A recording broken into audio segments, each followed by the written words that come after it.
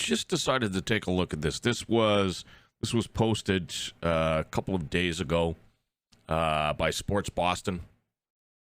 NHL playoffs, Game 7 history, and NHL playoffs, Game 7 history, stats, and more. It's a great time to be a hockey fan. Game 7, the best 2 words in sports, is currently a major trend. The NHL first implemented the best of 7 series in the 1939 Stanley Cup playoffs. There's a ton of history to sift through, but we've got you covered. How many Game 7s have there been in NHL playoffs? In the first 82 years of Game 7, there have been 182 games that have gone, or 100, which should really be 182 series that have gone to a Game 7. This season, 5 of them. 5 of them went to a Game 7. 3 were played yesterday. 2 more are being played today. As a matter of fact, the city of Dallas has 2 Game 7s in them. They have the Stars and the Calgary Flames in the NHL, and they have the Mavs and the Phoenix Suns in the NBA, which comes back to what we were talking about the other day before we ran into issues. Are pro sports rigged? And I'm going to share with you here a little information on that.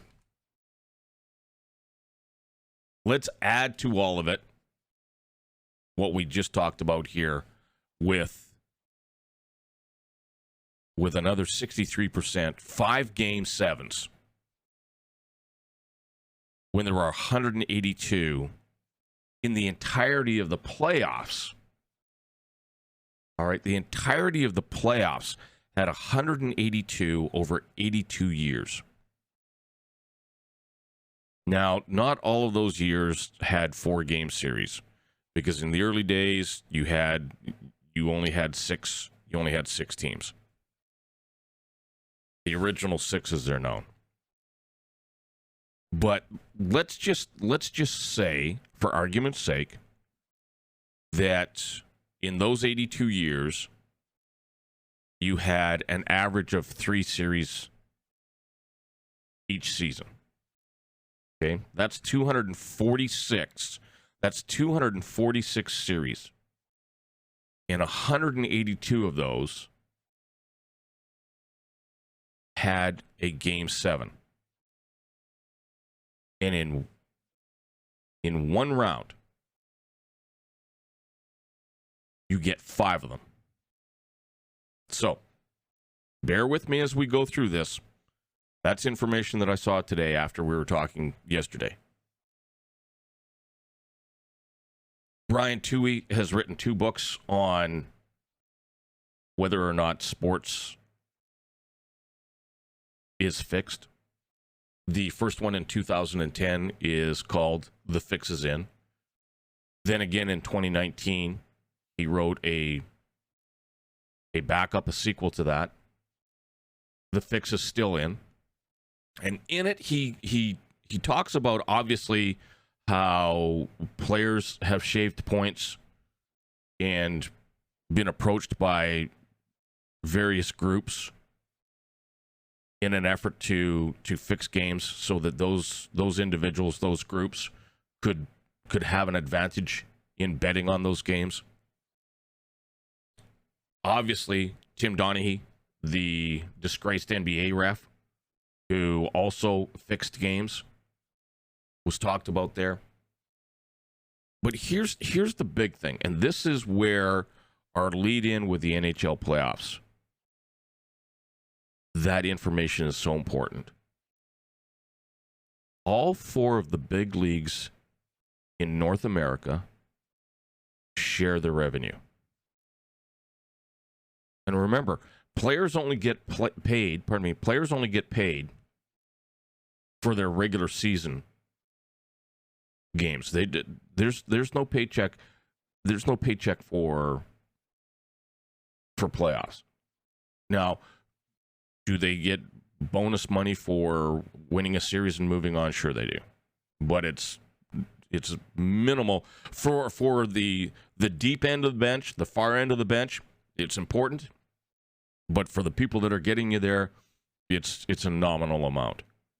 But the fact that revenue sharing is done by every single league in North America, the big four, if you will, NBA, NFL, Major League Baseball, NHL, the more times you can present exciting and watchable content, the more money you're going to make.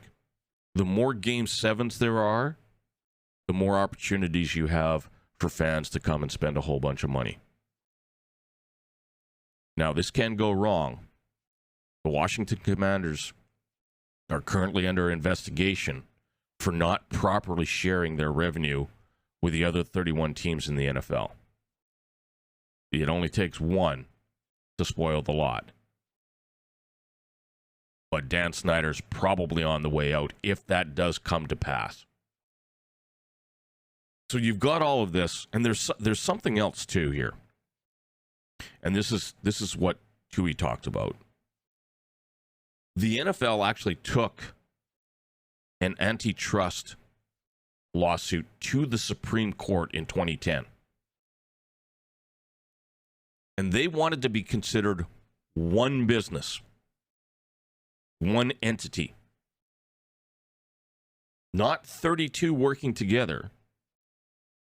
They wanted to be considered one entity because that would allow them a lot of latitude in what they would do on a day-to-day business or day-to-day basis moving forward. And the Supreme Court said, you are seeking through this ruling what you haven't gotten from Congress, an absolute bar to an antitrust claim, Justice Sonia Sotomayor told lawyers. NFL lawyer Greg H. Levy said the league is making a narrower argument as long as the NFL clubs are members of a unit. If they compete as a unit in the entertainment marketplace, they should be deemed a single entity and not subject to antitrust law. And what's more, and I don't think many people know this, there is no federal law preventing a league from fixing its own contest. Let me say that again. There is no federal law that prevents a league from fixing its own contest. So you can have all of these Cinderella stories float around. How great is it when an unexpected team suddenly rises to the top? Oh my good Lord, look at this. You've got to jump all over this. And let's be honest, this might not be popular with Patriots fans, with Tampa Bay fans, Tom Brady fans. But if you've got somebody that is winning championships at a record-setting pace, and maybe at an age that you've never seen it done before, that's also good for business. And I'm not saying that the Seahawks and the Patriots game was fixed. Not saying that at all. But if you wanted to put the tinfoil hat on and allow yourself to go down that rabbit hole, Russell Wilson, Malcolm Butler, Beast Mode, and Pete Carroll. There isn't a person on the face of the planet outside of Pete Carroll that would have thrown that football at the 1 yard line. There just isn't. Now, I do have a couple of other examples. The 2016 NBA Finals. LeBron and Cleveland against the Warriors. Warriors are up 3-1. Game 5, Draymond Green is suspended for a foul on LeBron in Game 4. And while Draymond perhaps has a history, there were a lot of people that were really surprised that he didn't play in Game 5 in what could have been a series-clinching game for the Warriors. In Game 6, Steph Curry fouls out, something that had not happened in the previous 3 years. And then in Game 7, LeBron and company go on to beat the Warriors for one of the greatest comebacks in NBA history in a very close game, a 4-point game. Pretty good entertainment, isn't it? Pretty good TV, right? Also, Cleveland's first NBA title. Then we go to possibly one of the most egregious calls in NFL history. The 2018 NFC Championship game, the Rams against the Saints. There's 1:41 left in the fourth quarter of a tie game, 2020. Rams cornerback Nikel Roby-Coleman hits Saints wide receiver Tommy Lee Lewis about a day and a half early. And you can go to Google Images and you can see how early the contact is. And there are pictures where you've got an official staring directly at the play. No flag. No flag at all. Now, if that catch gets made, the Rams probably don't go to overtime with the Saints. Saints would run the clock down. Even if they didn't get in the end zone, they'd still kick a field goal, win at 23-20, and they'd go on. There are people out there that are going to say, yeah, but Stone Dog, you know, they did kick the field goal eventually, and the Saints had to march down the field and kick the field goal there as well before they could win it in overtime. All right. But again, content purposes, entertainment purposes. And we're going to add one more to the list here. And it's going to be relevant given the teams that are playing today and who is still chasing a championship. The New Orleans Pelicans were being run by the NBA and David Stern.